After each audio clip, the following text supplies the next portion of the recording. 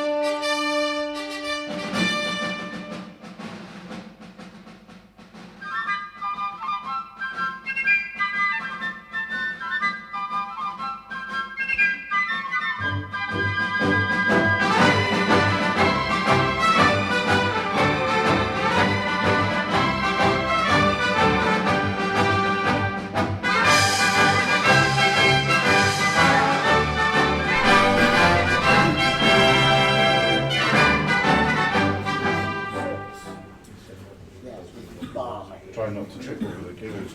Welcome everybody, welcome to UKPinfest. I'm really pleased to be with you here. We're streaming out to the world, and it's great to have pinball manufacturers here, and actually one that I've been following and for some time in the adventures of Homepin. And we've got Mike from Homepin here who's set the company up and running it and building it out in China. So a big round of applause for everyone for Mike.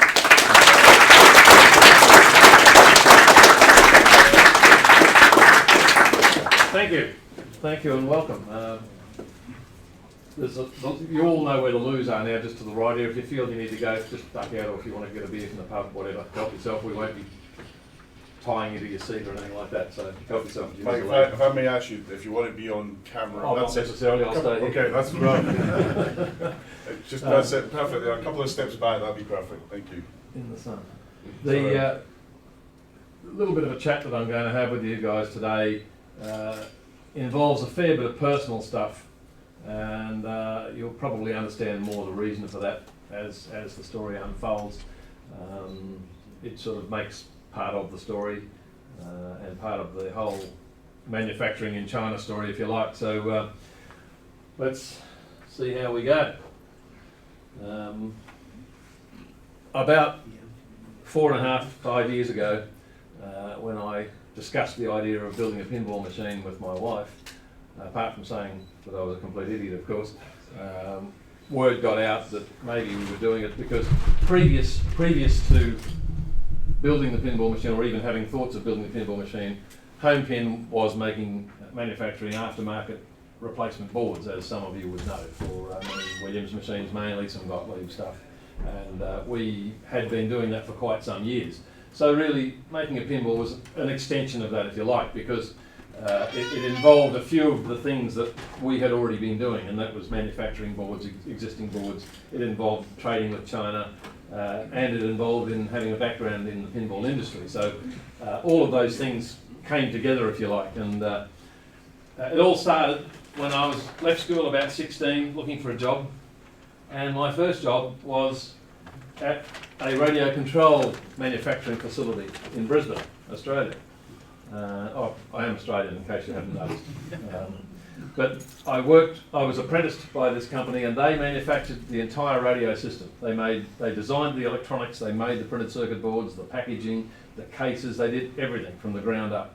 And that gave me a really good early insight into what happens at the manufacturing level. Even though we were very small scale, there was only about 4 of us at best at the busiest times, and we did stuff for modelers and for government departments. We fitted out tractors with radio gear so that the government departments could take the tractors to various country shows and demonstrate to the farmers how to drive them without rolling over and killing themselves.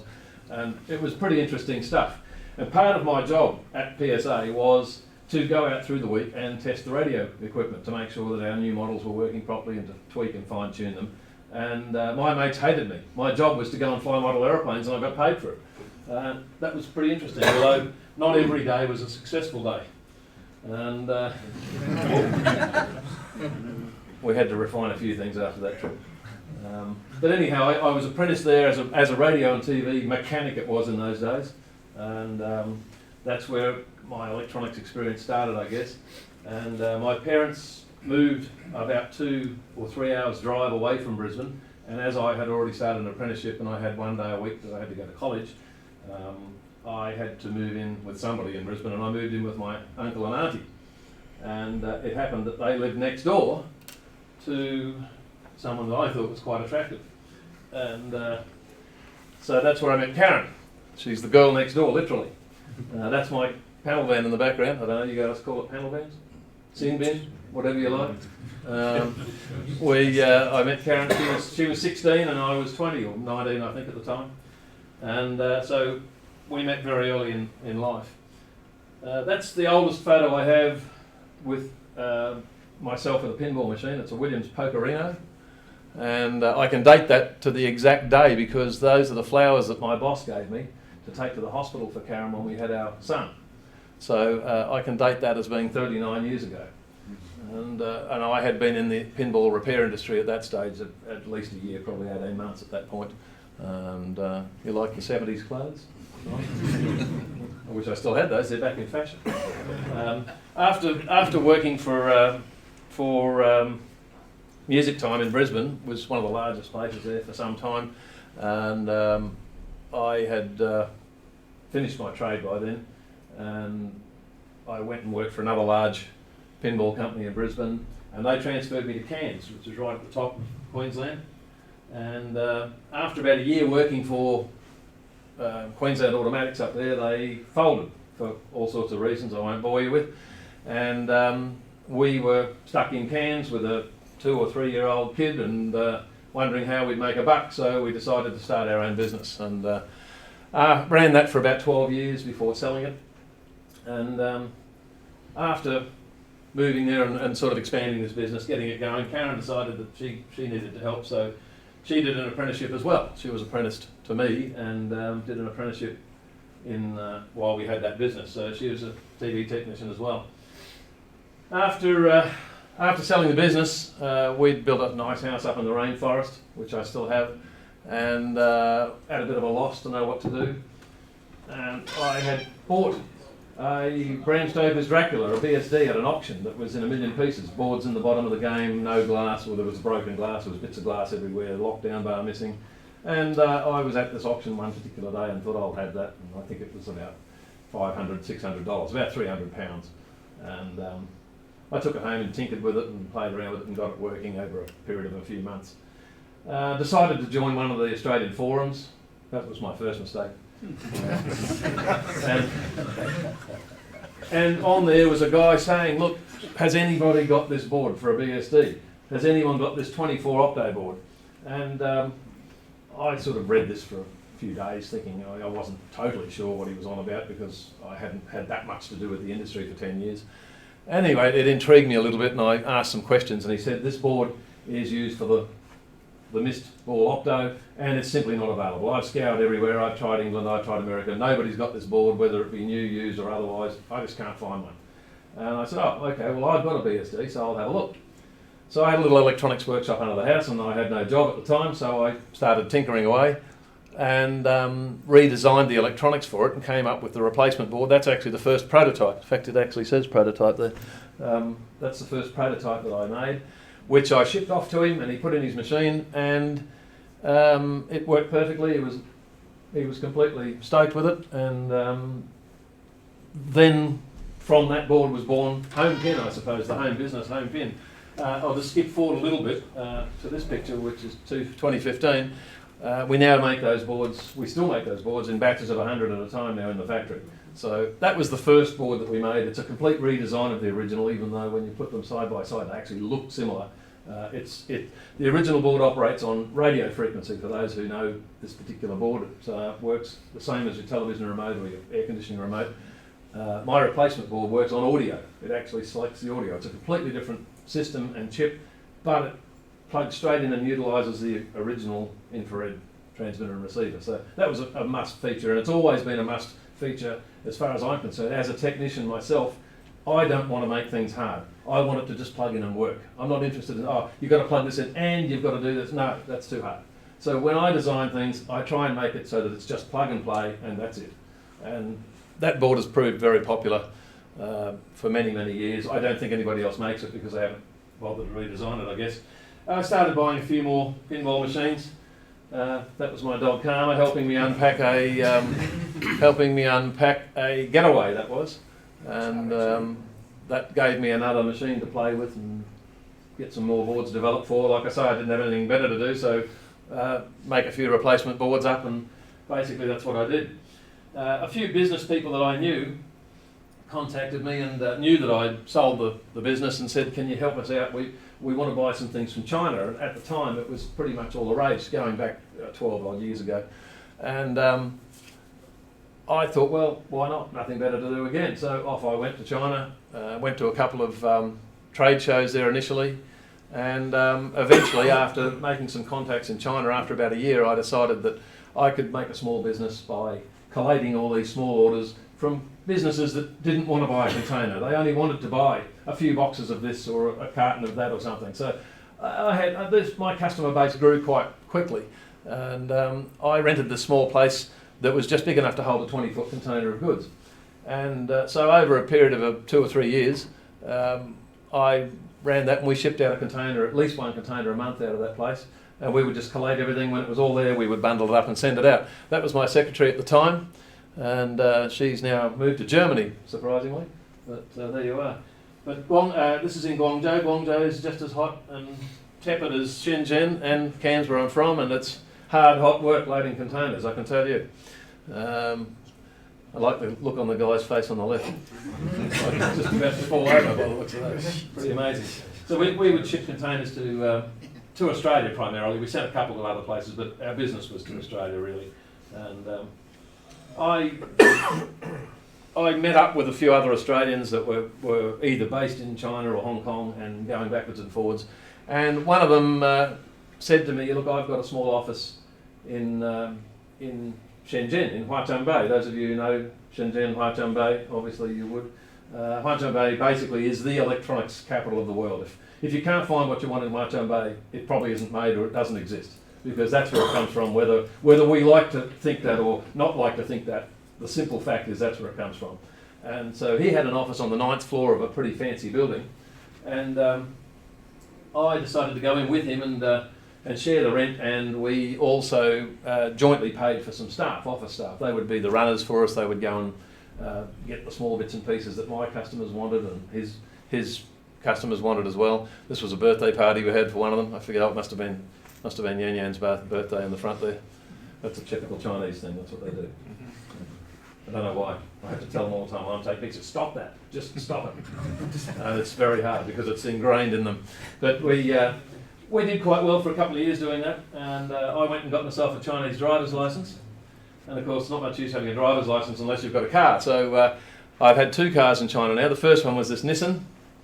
A Nissan, we call them utes in Australia, dual cab ute. I don't know what you guys call them, a truck or a pickup, or Americans would call it a pickup. And that's me purchasing it from underneath a bridge. That's the car sales yard, under the bridge. And what I didn't know at the time was trucks, and this is classed as a truck, not a car, in China, have a 10-year life. After 10 years they get crushed. They don't even sell them or export them, which is crazy, because that was one of the best cars I've ever owned, and I'd never had a Nissan before. Everything, power mirrors and seats and leather seats and aircon, and it had all the bells and whistles, amazing, anti-lock brakes and everything. It was actually an ex-police car, that's why it had everything, top of the line. Anyhow, 10 years was up and I had to buy another car, so I ended up with a Great Wall. A Great Wall that I bought from underneath power lines. So I don't know if there's something in that, but that's the car I currently have, and it's been remarkably good. It's 2 things I said I would never own in my life. It's diesel and it's a Great Wall. But it's a great car and it does the job, and it's what we need.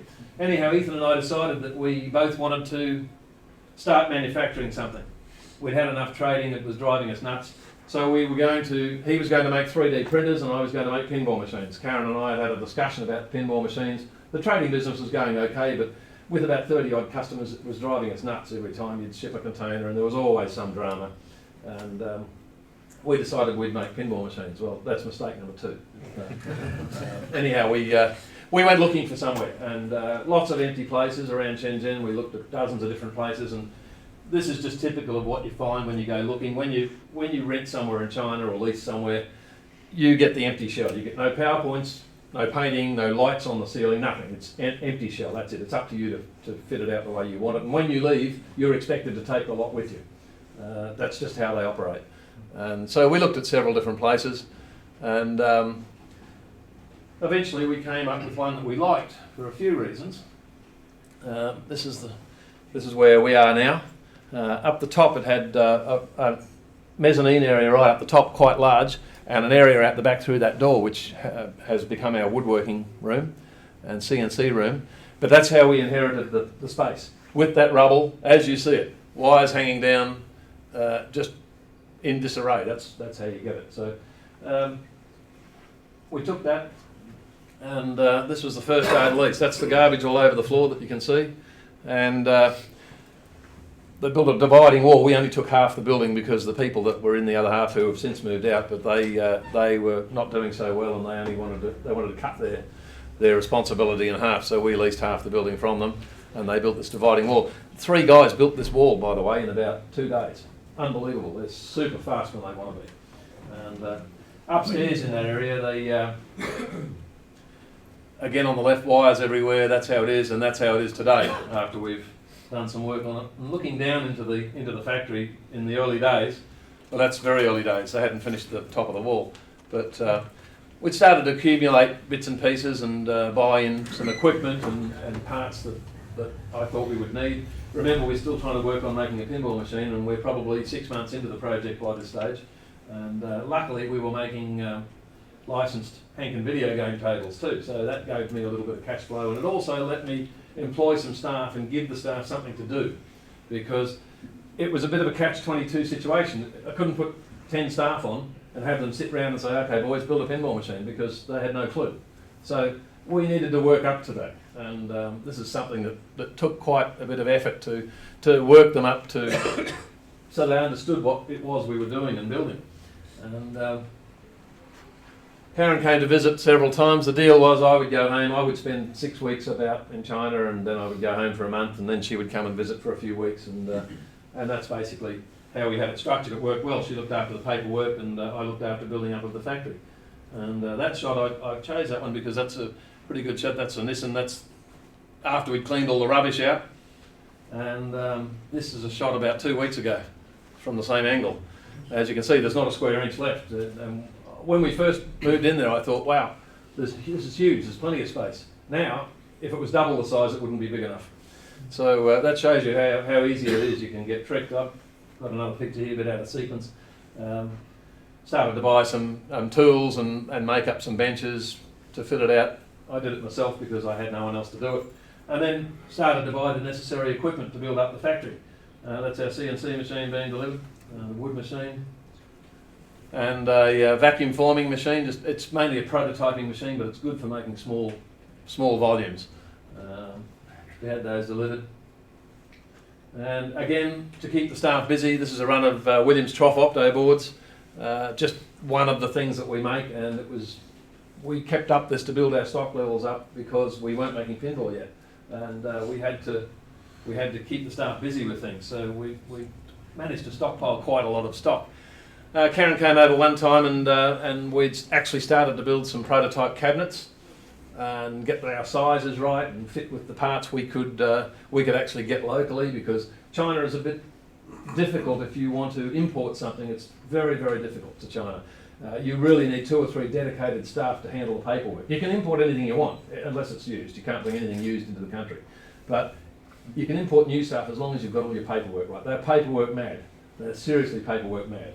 And I just couldn't justify having those staff sit around to only do paperwork for importing. So we make everything in our machine, everything. And so Karen came in. Gary visited us at one stage to have a sniff around to see what we were doing and what we were up to. And it wasn't long after Gary's visit that Karen passed away, sadly. And that left me in the lurch, because our business was structured like practically all small businesses in Australia, and I'm sure here as well, in that all of the assets are generally in one party's name and all the liabilities are in the other. Well, all of the liabilities were in my name, of course. All the leases and the loans and everything else were all in my name, and all of our money that we'd set aside for the pinball project and everything else were in Karen's name.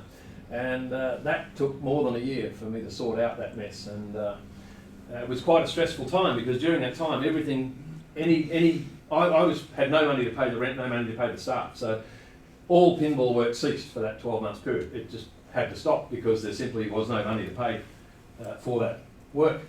Karen was a customs officer at Cairns Airport, a border force officer for 8 years before she passed away. And one of her friends from work called me a few days before we had her celebration and asked if it was okay if she came along. And I said, that's perfectly all right. And she asked if one of her colleagues could come as well. I said, look, Karen would love it. Any of you can come along. Please come along. And further to that, if you do come, please come in uniform. Karen would love that.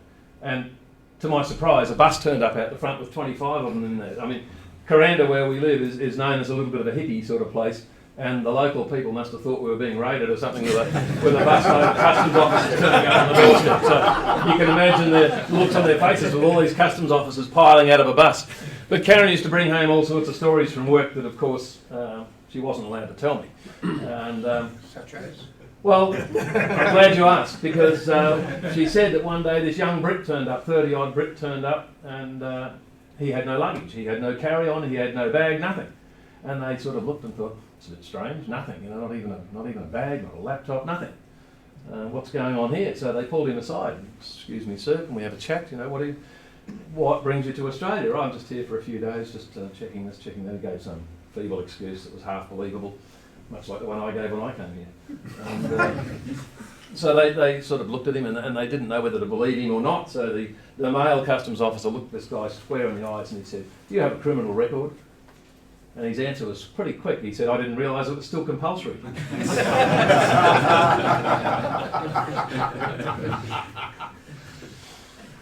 This is our slow Hankin tables. I didn't put any pictures in of the actual tables. It's just a video game table, but it's one that was very popular in Australia 30 years ago. And I know Mr. Hankin very well. We still do a lot of work. We manufacture some printed circuit boards for him. He's still running the business. He still has lots of pub sites with pool tables and jukeboxes and things. So we still do a lot of work. And we manufacture these original tables under license to him. And we've sold more than 800. The serial numbers are higher than 800. So that's not a bad effort in a few years.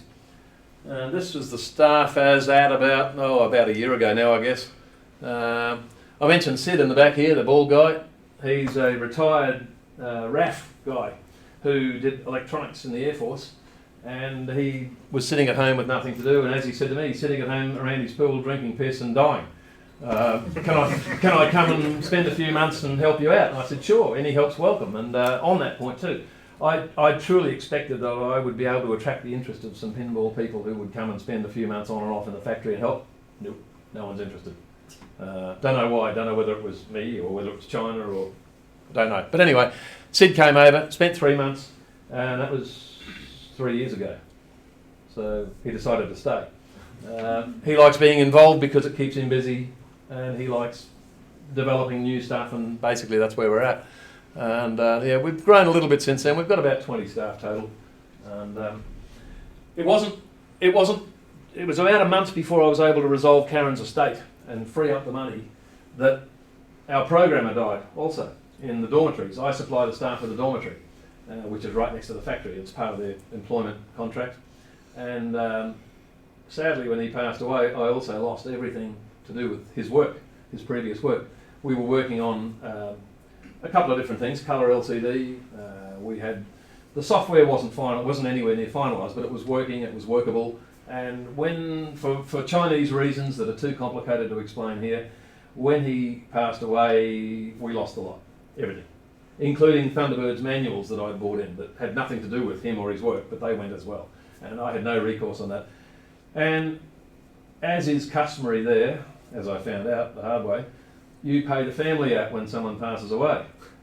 Now I had some insurance to cover, there's a little bit of insurance, but not to the extent that I had to pay. It ended up costing me 50 grand to pay the family out. And 50 grand, of course, I didn't have at that time because the money hadn't been freed up yet, and I was borrowing heavily from very good friends who kept the place afloat.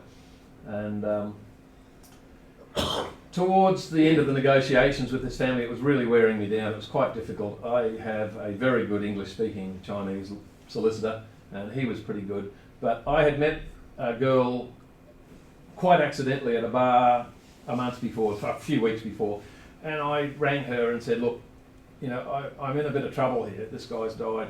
I've got the solicitor on the job, but he's not doing this, he is doing that, and whatever. Can you please have a day off work and come and help me? Now, I don't know, she must have seen something in me, so she did. She came and helped me finish the negotiations with the family. It started out at 100 grand, by the way, and she actually managed to get them down to 50 grand. And that's Amanda. She's actually Taiwanese, not Chinese, for those of you who know the difference. There is a major difference between Taiwanese and Chinese, a major difference.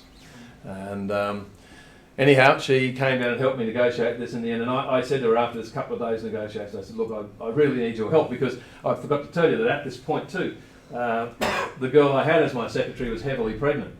And after about 2 days of negotiations with this family, she'd had enough, and she just threw her hands in the air and said, I can't handle this, I'm out of here, I'm on maternity leave, and off she goes. And just on the subject of maternity leave, staff in China have it so much better than staff in Australia. They have more holidays than we do. Value-wise, they get paid more than we do. They have 2 years maternity leave, and the husband has 6 months maternity leave. It's just frightening. It is frightening that they have it really good. And this work for a bowl of rice a week that we hear here and we hear in Australia is absolute nonsense. Complete nonsense. It's rubbish. And anyhow, I said to Amanda, you need to come and work for me. I really need you here, and I need your help because the other one's gone and I've got no one to help me out, and what are we going to do about it? So she took a very heavy pay cut to come and work for me, quite substantial, to come and work for me. And it's interesting because I have to laugh. There's some comments made by people who are obviously, I don't know, maybe they need medical assistance, I'm not sure. But they say I'm racist. I would like to say, how can I be racist when my girlfriend is Taiwanese? I'm sorry, that just doesn't stand up, does it?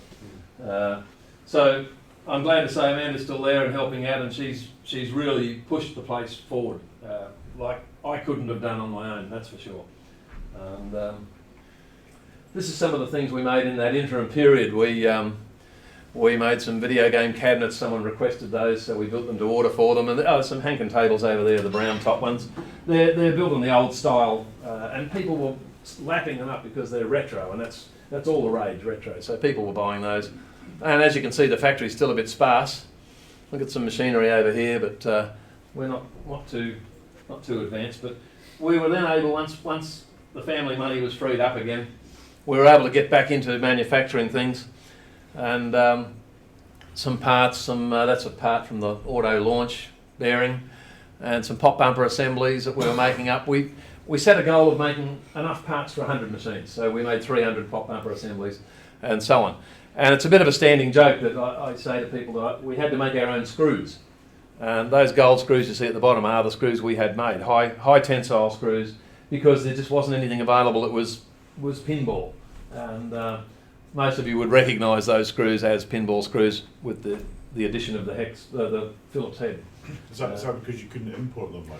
Because it wasn't worth importing them. Yeah. It wasn't worth doing all the paperwork to bring in a couple of cartons of screws. Yeah, it just wasn't worth it. Yeah. And it was cheaper just to make our own, and quicker.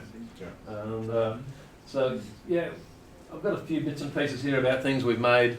The switches, we actually rivet the switch contact. We have the blade stamped with a little family business nearby, but we rivet the contact in ourselves.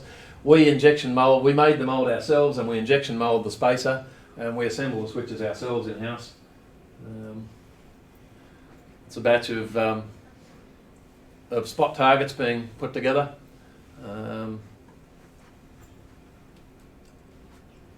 And a bunch of troughs. We make our own trough, all stainless steel, because stainless steel in China is only marginally more expensive than a standard mild steel. And the problem with mild steel is once you've made the part, you then have to paint it or plate it or treat it in some way, powder coat it. So at the end of the day, making it in stainless steel is actually cheaper than making it in mild steel. So not only is it cheaper, but it's stainless steel. So I think that's better, and that's served us well. We had a batch of speakers made for us at a little factory not far from us, about 1k down the road, in fact directly across from my apartment. And I often get woken up on a Sunday morning with woo, woo, and you think, oh, speaker factory's working. And we're testing the speakers, and they're very good. Their showroom is quite a lot of stuff. They've got contracts with Wharfdale and one English crowd. Not sure who it was now, might be B&O, I think it is. B&O, yeah. They've got contracts to make a certain size.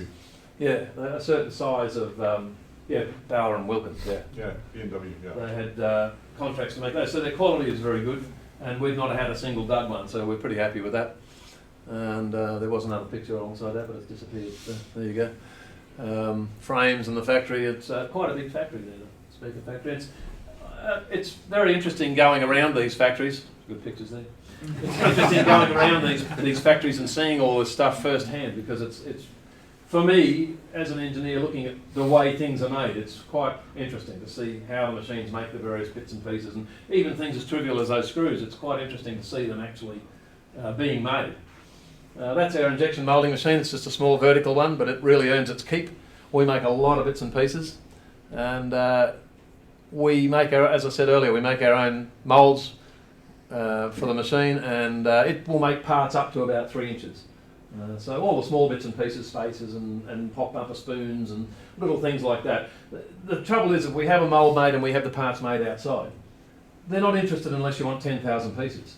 And I don't want 10,000 pop bumper spoons. You know, I want 1,000 at most. And with doing it this way, we can make a few hundred. And if we get low, we just say, go and make another few hundred. And we can have them in an hour. So that's the best way to do it for us. Things started chopping along a bit better, and we started getting more and more parts coming in. All those parts are made either by us or for us, coils down the bottom, and there's a better picture somewhere else with those pop bumper boards there. We've got an LED board in the top. There's our flipper mech. Didn't think I had a picture of them in there, but it's very much a copy of a Williams flipper mech, much the same. Pop bumper assemblies. There's a lot of parts in a pop bumper assembly, more than I ever imagined. And yeah, when you've got to make each and every part, it's quite amazing. A couple of dud pages here. Sorry about that. That's a batch of toroidal transformers. We have those wound for us because you can't buy anything off the shelf that's 50 volt. So we have those wound for us, and then we fit the insulation on them and put the connectors on and bolt them to our frame, power supply frame. And they're robust, they don't get warm. I can't see them wearing out in a hurry. Same with all our plastics. We use PETG, which for those who don't know what PETG is, it's actually the brand, the trade name is Lexan, there's lots of other trade names as well. But it doesn't break, it doesn't crack like acrylic cracks. This doesn't, this bends and folds, and you could bend that right over and fold it. So it's the best choice for plastics and so on, and that's one of our laser machines cutting them out. We have this reverse printed outside, and then we cut them to suit ourselves because there's always some small change you want. There's a hole that's slightly off, or there's something that's just not quite right. So it's better that we cut them ourselves, and we also use the waste areas to cut spaces. These little circles here, we cut 2mm spaces that we use in quite a lot of places, little washer, 2mm thick. So that's quite handy. And then they're bagged up in sets so that we've got a set per machine. During this process, we also we're doing the drawings for our manual, which is a big job. We've got a preliminary manual here, which has got most things in it. It's got the mechanical drawings in there, most of them, not all of them. It's got electronic diagrams, again, not all of them, just most of them. And important information about how to test various modules. The way we designed the game is to be easily repaired, of course, because that's where I come from. And so each main thing, the mould mechanism, the T2 ramp, the Tracy Island mechanism, and the flippers and others are all autonomous. You can operate that mechanism by itself. You can pull it out, put it on the bench, put 12 volts on it, it will work. You don't need to plug it into any of the machine. You can make it work by itself. And that makes fault finding a lot easier. We can fault find the thing, we build it, we can assemble it on the bench, we can test it on the bench, and we know when it goes down to the factory floor, it's working. And by the time you get it into a machine, that doesn't mean it's still going to work, but at least you've got a head start. You have at least tested it. And in the meantime, of course, we did the drawings, which went into this book, and more to come, of course. It's not all beer and skittles in China. Manufacturing's a problem. That was the second attempt. The first attempt, and I'm not sure, I did put the other picture in, but it didn't come through, sorry.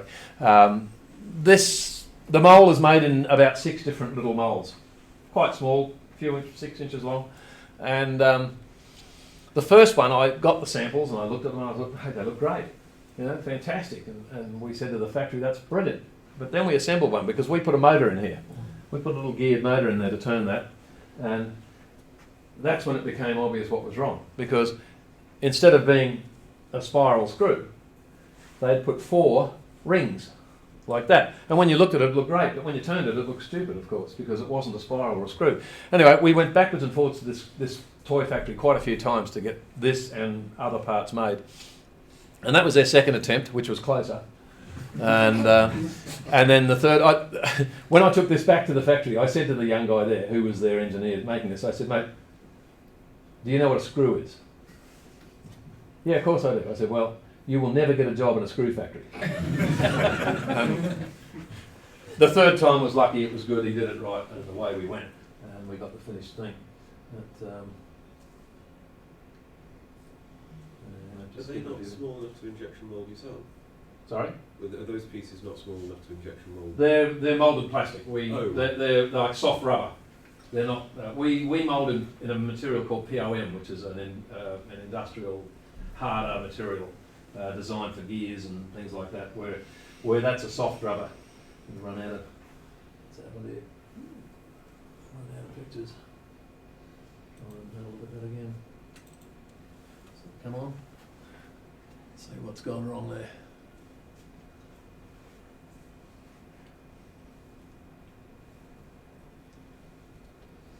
Is it true you've got Mick Dundee working for your HR department? Yeah, oh, could be. No, I'm not terribly good at this stuff, sorry. See how many we got lost. Okay, we lost a few there. You get that.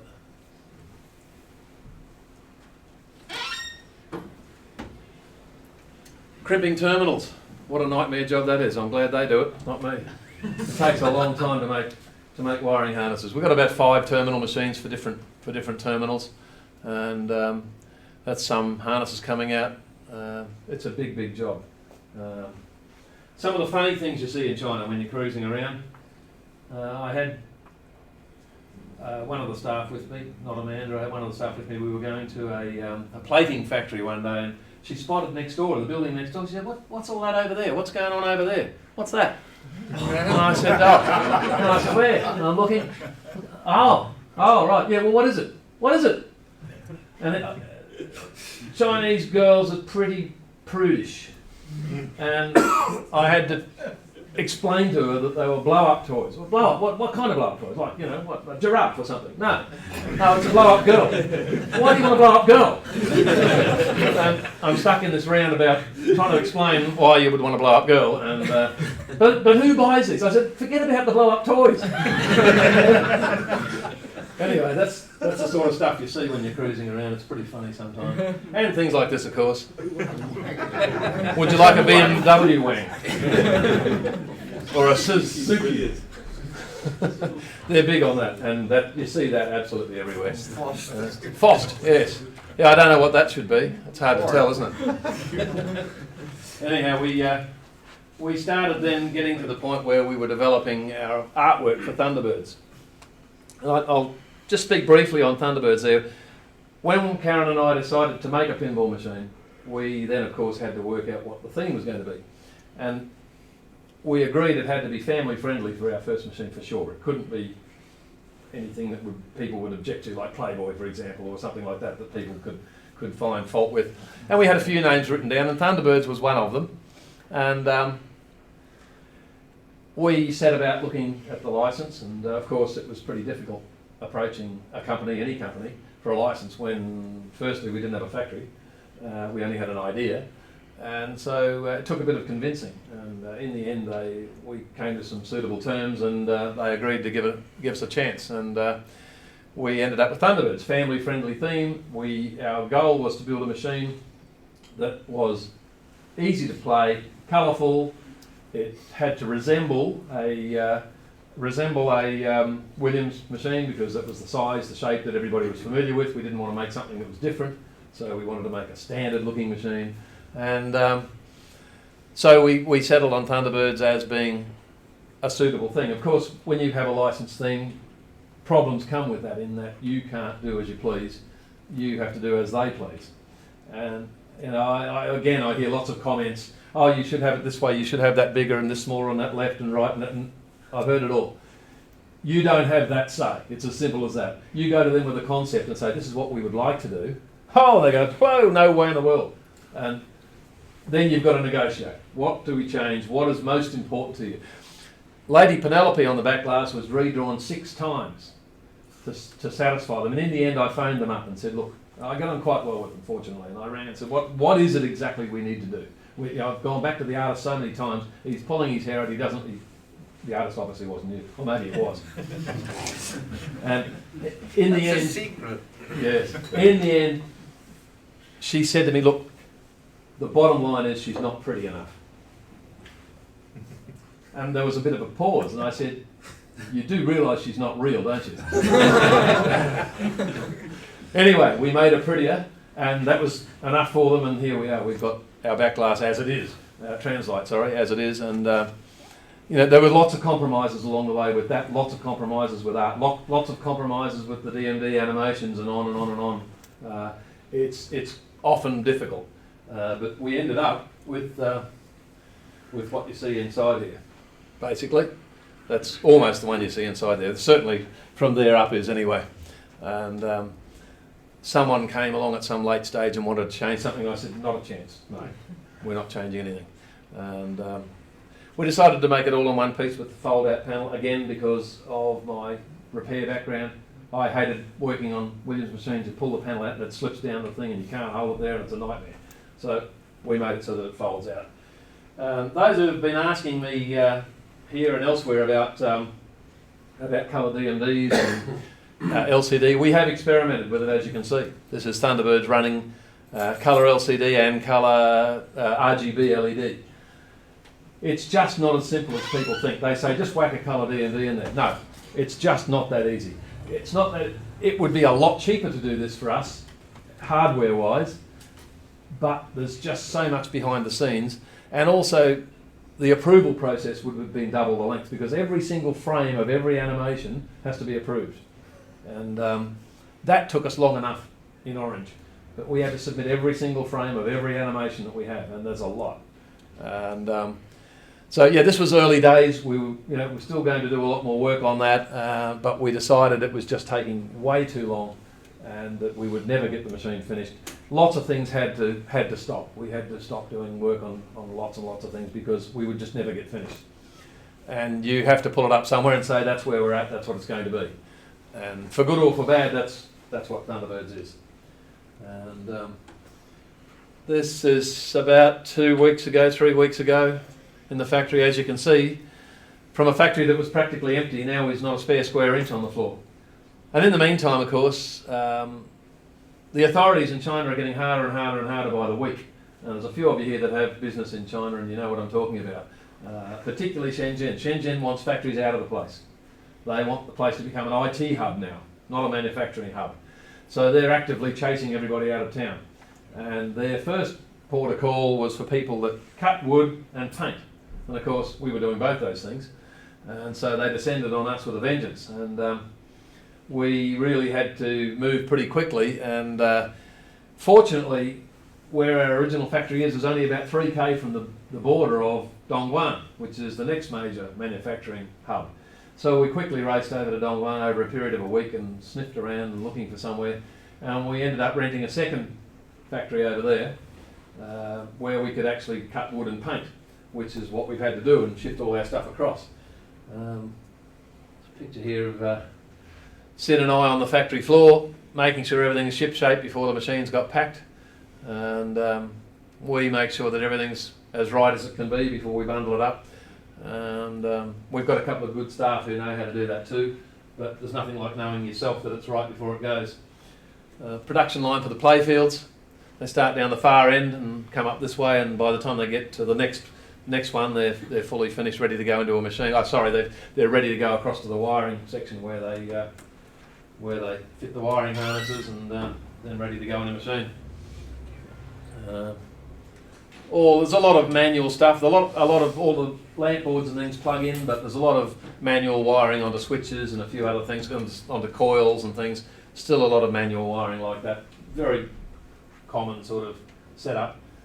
That's our old wood room before they moved over to the new place. Cutting playfields, and what else have we got there? We've got the front panels and some bottoms over there, cleaning up the parts. But we moved all our painting over there immediately because they were really heavy on painting initially, so we got rid of all the painting stuff, and that appeased them for about a month, and then they came back and started hassling us about the wood cutting then, because wood cutting creates dust. The dust gets up and the dust can catch fire, and there's been quite a few fires recently, and they're right on everybody about it. So all of that machinery is now over at the new place, I've been told, while I've been here, so that's good, I didn't have to do it. This is the new place where we had been, up until recently, had been cutting the parts, taking the parts here to build them, but now they will actually cut the parts here and assemble the cabinets and paint the cabinets. That's looking at the front. Looking this way, there's another room at the back where we've set up a pretty complicated painting setup. And yeah, through that door there, and in that area is a paint booth you can see in the back there, and we've built gantries and things so we can do 9 cabinets at a time out there. So that's a big enough batch for us. And when they've finished painting, they stack them out the front and we get a truck to bring them over. Like I say, it's only 3K, it's 10 minutes. So it's no big deal. Stacks of cabinets ready to go, ready to be painted. And that's about it. Here we are with the Thunderbirds. Thank you for listening.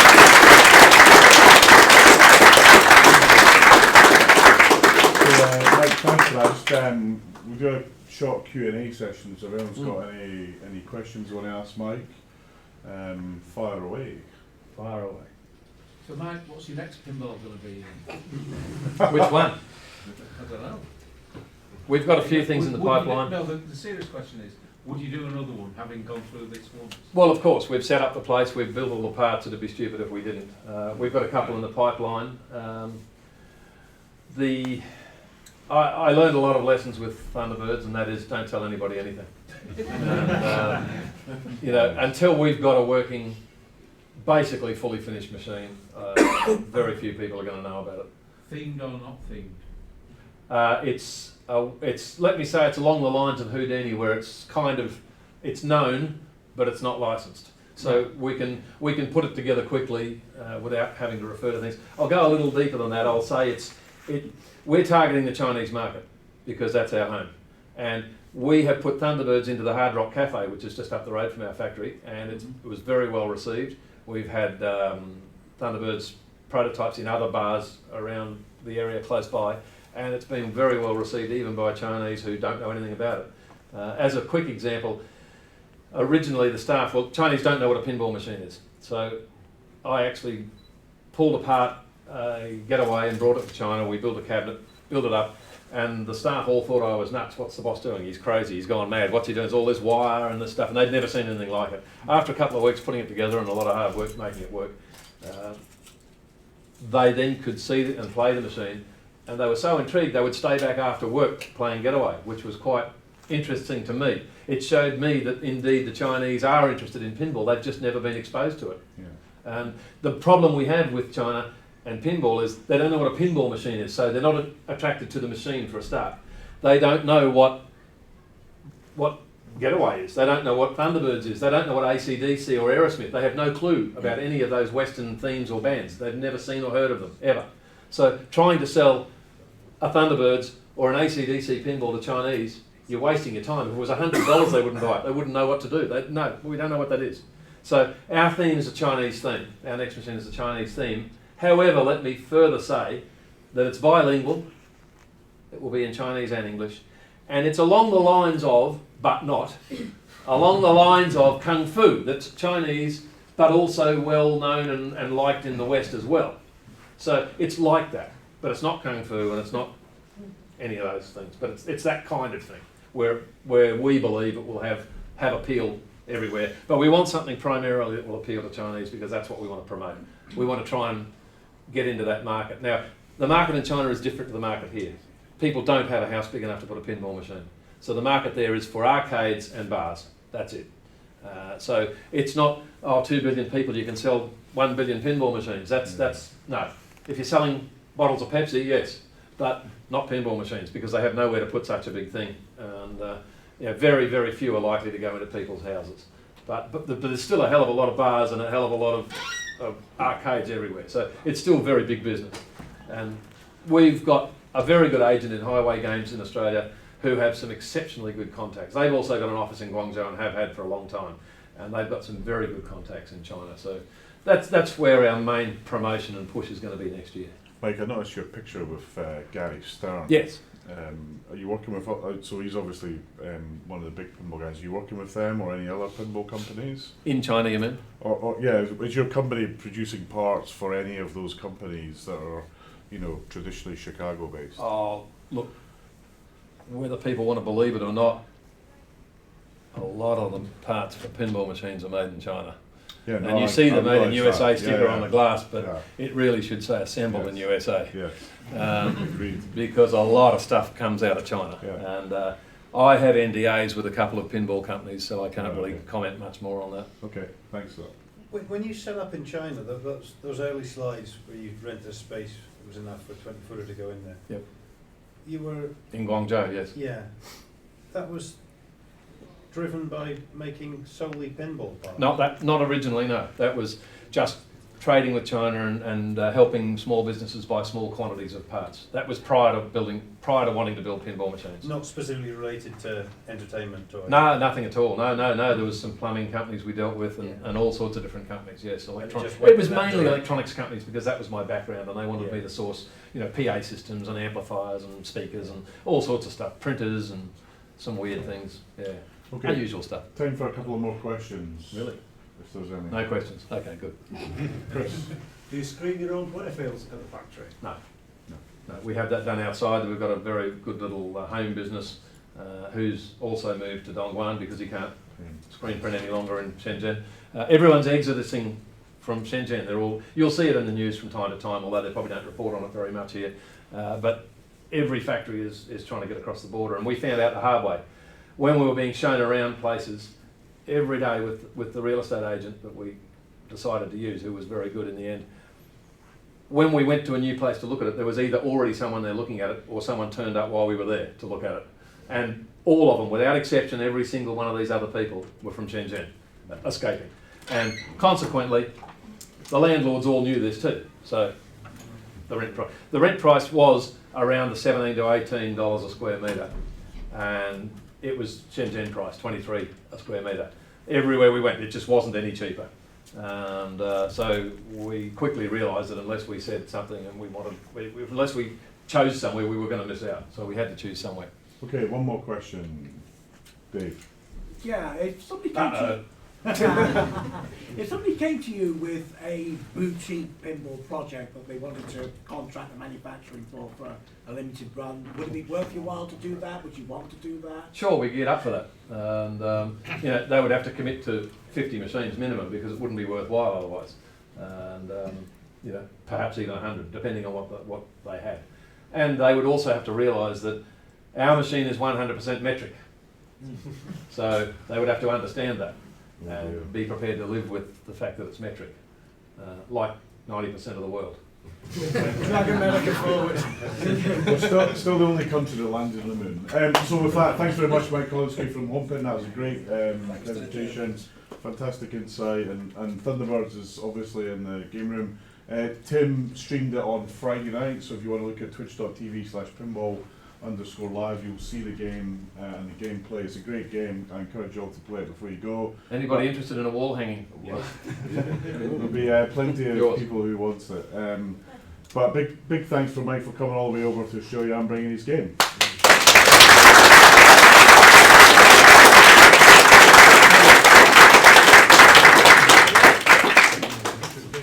Thank you. Thank you, Mike.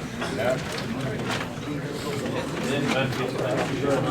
Suppose we better get working again.